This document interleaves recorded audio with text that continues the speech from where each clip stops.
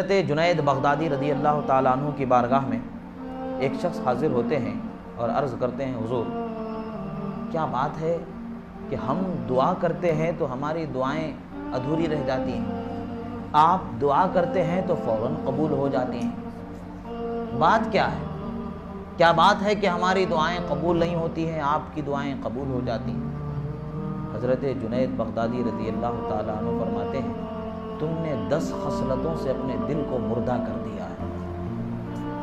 10 چیزوں سے تم نے ایسی عادتیں تم نے بنائی کہ جس سے تم نے اپنے دل کو مردہ کر دیا ہے۔ دل مردہ ہو جاتا ہے تو پھر کیا حال باقی بچ جاتا ہے؟ دل کی موت کس سے ہوتی ہے؟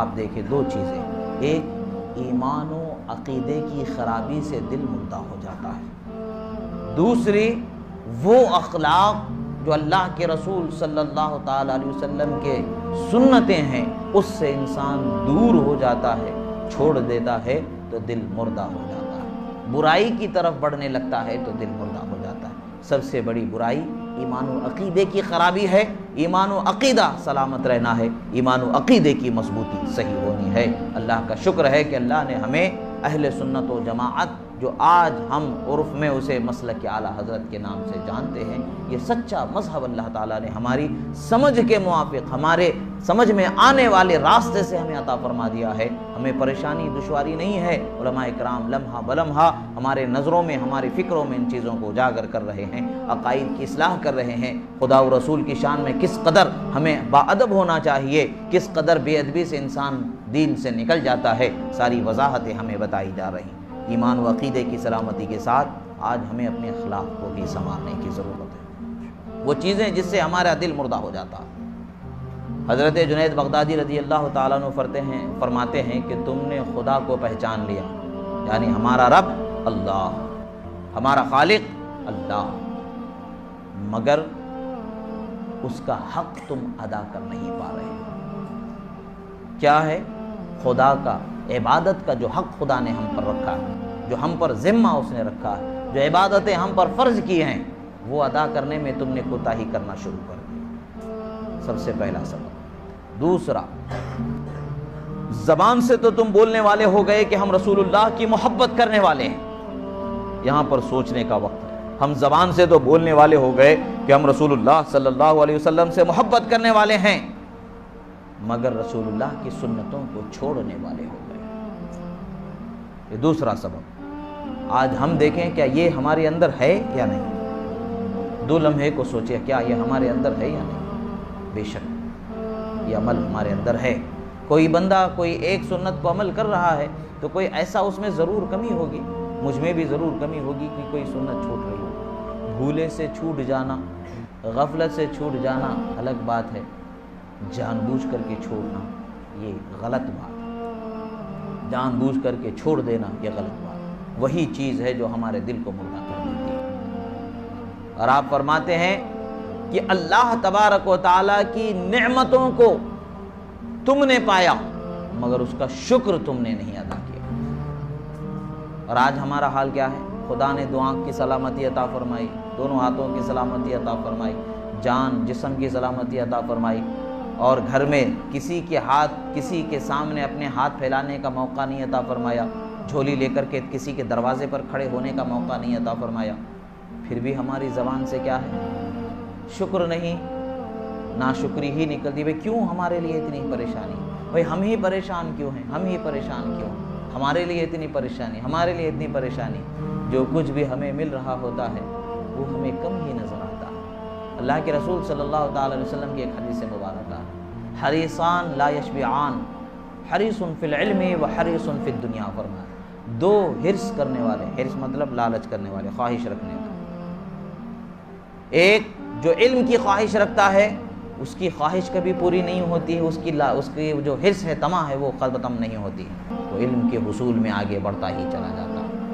اور ایک وہ جو دنیا کی خواہش رکھنے والا ہے، جو دنیا کی طمع رکھنے والا ہے، وہ ہمیشہ دنیا کی طرف بڑھتا چلا جاتا ہے۔ اور آج ہمارے پاس یہی وہ چیز ہے کہ ہم دنیا کی طرف بڑھتے چلے جا رہے ہیں۔ حضرت ایک بزرگ کے پاس ایک شخص آتے ہیں، آنے کے بعد عرض کرتے ہیں، حضور مجھے نصیحت فرمائیے، مجھے نصیحت فرمائیے، میں نصیحت سننا چاہتا ہوں آپ سے، میں کچھ کرنا چاہتا ہوں، زندگی کو میں سنوارنا چاہتا ہوں۔ آپ پوچھتے ہیں کیا تمہارے بیوی بچے سب ہیں گھر میں؟ فرماتے ہاں بیوی ہے بچے ہے سب ہے ہمارے پاس۔ آپ فرماتے ہیں فرض نمازوں کو پابندی کے ساتھ پڑھتے ہوئے اتنا کرو کہ تم درود شریف رسول اللہ پر کثرت سے پڑھتے رہو۔ تو بولے کتنا پڑھوں، کتنی مرتبہ پڑھوں؟ بولے جتنا پڑھ سکو تمہارے لیے اتنا پڑھو۔ کچھ دن کے بعد وہ آتے ہیں، آ کر کے عرض کرتے ہیں حضور میں اپنے دل میں کچھ بے چینی سے محسوس کر رہا ہوں۔ فرماتے ہیں درود پڑھ رہے ہو؟ کہتے ہیں ہاں میں ضرور درود پڑھ رہا ہوں۔ کتنی مرتبہ پڑھ رہے ہو؟ بولے ہر روز 1000 مرتبہ میں درود پڑھ رہا ہوں۔ فرماتے اسی پر پابندی کرو۔ کچھ دن کے بعد جب آتے ہیں مسکراتے ہوئے، چہرہ کھلا کھلا لگ رہا ہے اور دل، جسم، بدن، دماغ ایسا لگتا ہے کہ جھوم رہا ہے، مسکراتے ہوئے آتے ہیں۔ شیخ انہیں دیکھ کر کے مسکراتے ہیں، فرماتے کیا تم نے دیکھ لیا ان کو؟ سبحان اللہ، کیا تم نے دیکھ لیا ان کو؟ یعنی رسول اللہ کا کیا تمہیں دیدار میسر آ گیا؟ وہ عرض کرتے حضور مجھے دیدار میسر آ گیا، مجھے ان کا دیدار نصیب ہو گیا ہے۔ فرماتے ہیں اب تمہارے دل کی کیا حالت ہے؟ فرماتے میرا دل مجھے ایسا لگتا ہے پاکیزہ ہو چکا ہے، نہ دنیا کی خواہش میرے دل میں باقی بچی ہے، نہ کسی اور برائی کی طرف میرا دل مائل ہوتا ہے، بس میرے دل میں بس ہمیشہ وہ چہرہ جو میں نے رسول اللہ کا دیکھا ہے وہی گھومتا رہتا ہے۔ فرماتے اب لا الہ الا اللہ محمد رسول اللہ کلمہ مبارکہ کی تم ورد شروع کر دو۔ کچھ دن بعد آتے ہیں، آ کر کے عرض کرتے ہیں آنکھ سے آنسو جاری، حضور کیا بات ہے؟ کرتے ہیں کیا حال ہے تمہارا؟ جواب میں عرض کرتے ہیں خدا کے سوا کچھ مجھے سجھائی ہی نہیں دیتا، نہ دنیا ہے نہ دنیا کی رنگینی ہے، بس خدا کے ذکر میں ڈوبا رہنا یہی میرا شغل۔ عزیزان محترم، کیا ہم نے زندگی اتنی گزاری، ہم جس نبی کا کلمہ پڑھتے ہیں کیا ہم نے سوچا کہ کبھی ہمارے خواب میں بھی وہ آ جائے؟ 50 سال ہماری زندگی کسی کی ہے تو کسی کی 30، کسی کی 40، کسی کی 20، کسی کی 80۔ کبھی ہم نے سوچا کہ ہم نے زندگی میں کتنی مرتبہ رسول اللہ کا دیدار کیا؟ ہم ہر روز یہی سوچتے ہیں کہ ہمیں مال اتنا مل جائے، ایسے ہو جائے، ویسے ہو جائے، ضرورتیں پوری ہو جائے، وہ پوری ہو جائے۔ کبھی ہم نے سوچا کہ ہمیں وہ مل جائے، کبھی سوچا کہ ہم نے یہ مل جائے، مگر کیا کبھی ہم نے یہ سوچا کہ کاش کہ میری آنکھیں رسول اللہ کے دیدار سے منور ہو جائیں، کاش کہ رسول اللہ مجھ پر کرم فرما دیں۔ ایک مومن کا یہ حق نہیں کہ ہم سرکار کے دیدار کی خواہش کریں؟ کیا فائدے کی زندگی جو اتنی ہم نے گزار دی، رسول اللہ کا ہمیں دیدار میسر نہیں آیا۔ آخر دیدار میسر نہیں تو وجہ کیا ہے؟ وجہ اس کی یہی ہے کہ ہم نے اپنی آنکھوں کو حرام سے، اپنی آنکھوں کو ہم نے حرام سے بھر لیا۔ کہاں ناپاک جگہوں پر وہ جلوہ فرمائے؟ وہ تو جلوہ وہیں فرماتے ہیں جہاں پاکیزہ دل ہوا کرتے ہیں، جہاں پاکیزہ نگاہیں ہوا کرتی ہیں۔ آج ہمیں اسی چیز کی ضرورت ہے۔ کیا فائدے کی زندگی اگر ہم اپنے اخلاق کو نہ سدھار سکیں؟ پھر حضرت جنید بغدادی رضی اللہ تعالیٰ عنہ فرماتے ہیں تم نے شیطان کو تو پہچان لیا اور تم یہ کہتے ہو کہ شیطان ہمارا دشمن ہے، مگر کام کرنے کی جب بات آتی ہے تو تم شیطان کے ساتھ چلے جاتے ہو، عمل کی جب بات آتی ہے تو شیطان کے ساتھ چلے جاتے ہو۔ دل مردہ ہونے کا سبب۔ اب پھر فرماتے ہیں کہ تم نے قرآن پڑھنا تو سیکھ لیا، کہتے ہو ہم قرآن پڑھتے ہیں، مگر احکام پر عمل کرنا تم نے چھوڑ دیا۔ اور پھر فرماتے ہیں تم نے جنت کو تو جان لیا، جنت کے حق ہونے کا تو اقرار کر لیا، مگر جنت میں جانے والے عمل کو چھوڑ دیا۔ جہنم کے حق ہونے کا اقرار تو کر لیا، جہنم کو تو پہچان لیا، مگر جہنم سے بچنے والے عمل کو تم نے چھوڑ دیا۔ موت کو تم نے پہچان لیا، موت کے حق ہونے کا تم نے اقرار کر لیا، مگر موت کی تیاری کرنا تم نے چھوڑ دیا۔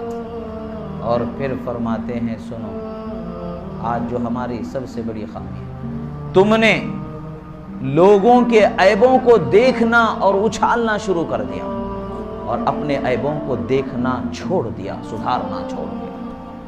اپنے مردوں کو تم نے قبروں میں دفنانا تو جان لیا، دفنانے کے بعد عبرت پکڑنا تم نے چھوڑ دیا۔ یہ وہ 10 چیزیں ہیں جسے حضرت جنید بغدادی رضی اللہ تعالیٰ عنہ نے بیان فرمایا، اور افسوس کی بات ہے کہ ہم یہ 10 چیزیں دیکھتے ہیں تو ہمارے اخلاق کردار کے اندر یہ 10 چیزیں ہمیں نظر آ رہی ہیں۔